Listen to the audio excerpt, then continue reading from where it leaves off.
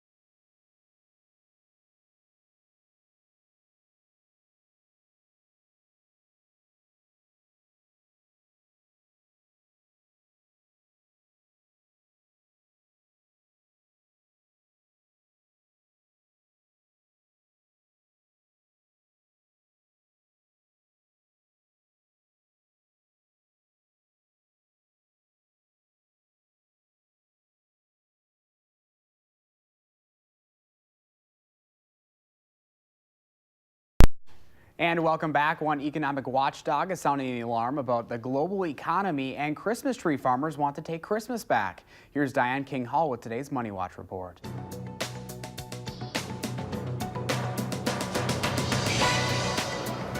A top IMF official is warning storm clouds are brewing for the global economy.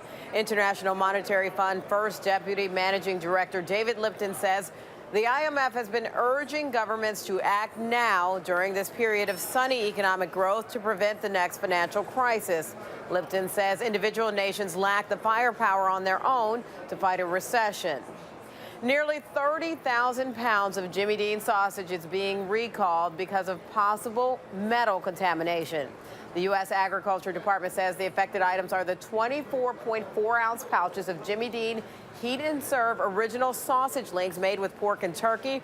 The items have a use-by date of January 31st, 2019. A warning from AAA, aging headlights pose a collision risk for motorists. After conducting lab tests on two popular vehicles that were about 11 years old, AAA found only a little more than a fifth of light from the bulb reaches the road. The Motor Club is urging drivers to consider replacing the headlights. Between 75 and 80% of Americans who have a Christmas tree have an artificial one, and the billion-dollar market for fake trees continues to grow. Christmas tree farmers are trying to reverse the trend, launching a social media campaign touting the features of a real tree, such as scent and environmental friendliness. And that's your CBS Money Watch report. For more, head to cbsmoneywatch.com. At the New York Stock Exchange, I'm Diane King-Hall. And taking a look at the stock market this noon hour, the Dow is down 55 points, the NASDAQ up 24. Let's check in now with Q106 Farm Director Pam Yonke. Hey, Pam. Hey, Josh, it's a beautiful day out there today. Hope everybody gets a chance to enjoy it because I think Tall and Lanky from New York City is going to have that interesting forecast coming up. The markets are a little rocky today as well. 11 o'clock this morning, we got the World Ag Supply Demand Report. No big surprises. Nothing that we had expected to change, but then again, you never know. They did tell us that South America is coming in with a big crop, both corn and soybeans, about 1.4 million metric ton more soybeans that Brazil is projected to be growing compared to earlier projections. So that's something we're going to have to keep an eye on. The government also increased the amount of corn that they believe is going to be on hand here in the United States. Again, just being mindful that we don't have many markets that are excited about all of our U.S. corn and soybeans. So we're still holding fairly firm on the midday. Soybeans are still trading higher despite that lackluster report. I think there's still some optimism out there that we'll get something done with China before we get to spring of 2019. We'll wait and see. They are definitely closer on the 2018 Farm Bill. They announced yesterday that all of the conferees had signed the final recommendation as far as the 2018 Farm Bill. 807 pages long it is, and they are going to try to get a Senate and a House vote on the 2018 Farm Bill tomorrow or Thursday. There will be no business transacted in Washington, D.C. for the folks on Friday. So they want to get it done, get it onto the president's desk for his signature so that all of our farmers will have at least that much going into the new calendar year. Dairy markets today in Chicago are still gaining ground. We're up a little bit better than these numbers. Actually, I saw January milk's up about 21 cents now. February's up about 13. The product prices are going in different directions. Barrel cheese today, 4.5 cents higher, so a big jump in one day, $1.2525. 40-pound block cheese unchanged again at $1.33, while the AA butter dropped 1/4 cent down to $2.19 per pound. So, like I said, no big surprises as far as our World Ag Supply Demand Report. I think the surprises, Josh, are instead on that fella that's next to you over there at the studios. The weather in Wisconsin sounds like that's going to be the one that gives us tummy rides with the up and down scenario for the rest of this afternoon into tomorrow morning. It sure will, Pam. You never know what Dave's going to bring for that forecast. That's right. I never know about him. All right, enjoy that sunshine today. We'll see you tomorrow. Yep. And now here's meteorologist Dave Caulfield with that first alert forecast. Hey, Dave. Hey, Josh. Yeah, I never know either. That's the thing that I try and hide on a daily basis. But you never know what the sunrise is going to bring. I think I read that on a fortune cookie once. Lancaster, Susan sends in this beautiful photo of that sun just peeking up over the horizon through the frozen fog and the frost in this part of Grant County. We do have an alert day, though, in the forecast for tomorrow, mainly tomorrow morning, for about an inch of snow, but some freezing drizzle may mix in. When we talk about snow, I like to talk about the 4 T's. You know, the 4 C's when it comes to diamonds? Well, I talk about the 4 T's. Those are type, threats, timing, and totals. The totals here, really nothing impressive. This is Wisconsin after all. However, the timing is going to be a little bit suspect, and it could cause some issues because it's coming down right in time for that Wednesday morning commute. I do think our snow chance is going to go down a little bit more as we head into Thursday, but then Thursday night into Friday, a couple more snowflakes, maybe even some mixed precipitation is possible there. Not right now, though. In downtown Madison on the Edgewater Skycam, looking at lots of sunshine. The almanac for today, another day in the mid-30s. I could get used to this, that's for sure. About 5 degrees above normal for this time of year. Right now at 30 even in Madison. The freezing mark in Janesville, Monroe, and Mineral Point, and 31 in Platteville. Doppler track is quiet across southern Wisconsin right now. We zoom out, and it's actually tough to see a lot of what will become our snow system. I think off to our north and west is some evidence of that snow. This is not really a big system. It's really just the timing coming in during that Wednesday morning commute that we all need to be a little bit careful, and the type or threats, because there could be some freezing rain mixing in at times, and any time you get those temperatures right near that freezing mark, that could cause a glaze of icing by the time we get to Wednesday morning, and so that's why we're being kind of overly careful, an abundance of caution there. Future track also showing our next system on the way for later on Thursday as a low pressure system to our south kind of interacts with that cold front coming through. That could bring us some additional precipitation on Thursday night, so late into Thursday. But for today, we'll notice the clouds on the increase. Still plenty of sunshine during the afternoon. That's good news. You see a little bit of pink showing up on future track by the time we get to Wednesday morning. I do think this is going to be a mostly snow event, about an inch of snow. That's really what we're looking at, but also just the threat of a few drops of freezing drizzle is enough to kind of pique the interest and pique the concern for some of us. So we'll watch that closely. Our snow potential, of course, our numbers aren't showing up, but it's about an inch of snow across southern Wisconsin. So that is kind of what we're looking at there. So nothing too major as far as totals go, but the alert day and the forecast for the timing of that system.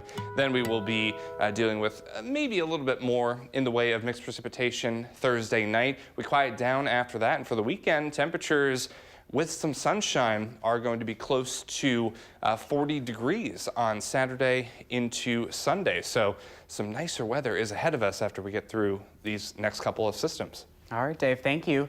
Still ahead at noon. Now is the time to call in with any questions you might have regarding your pets. Dr. Jim Orvik is here to help. The number to call is 270.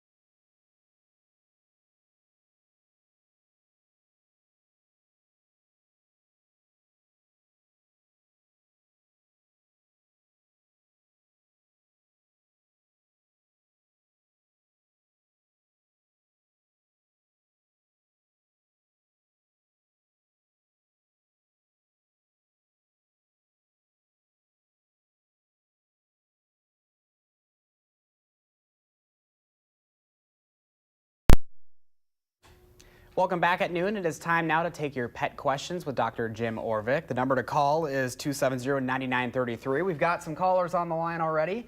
We're going to start off with Joni in Avoca. Joni, what's your question?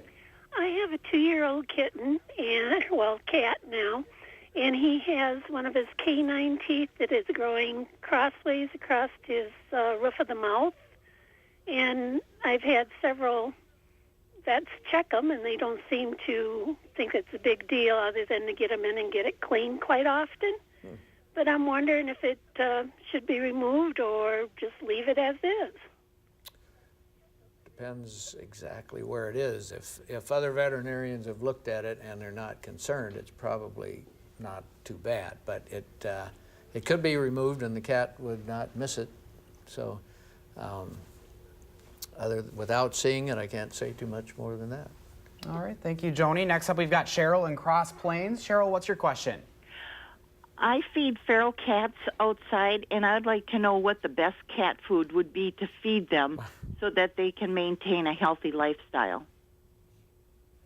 Well, in my 30 years of experience, I've tried every kind of cat food, and some cats do well on the cheapest food there is, and others require something more complicated.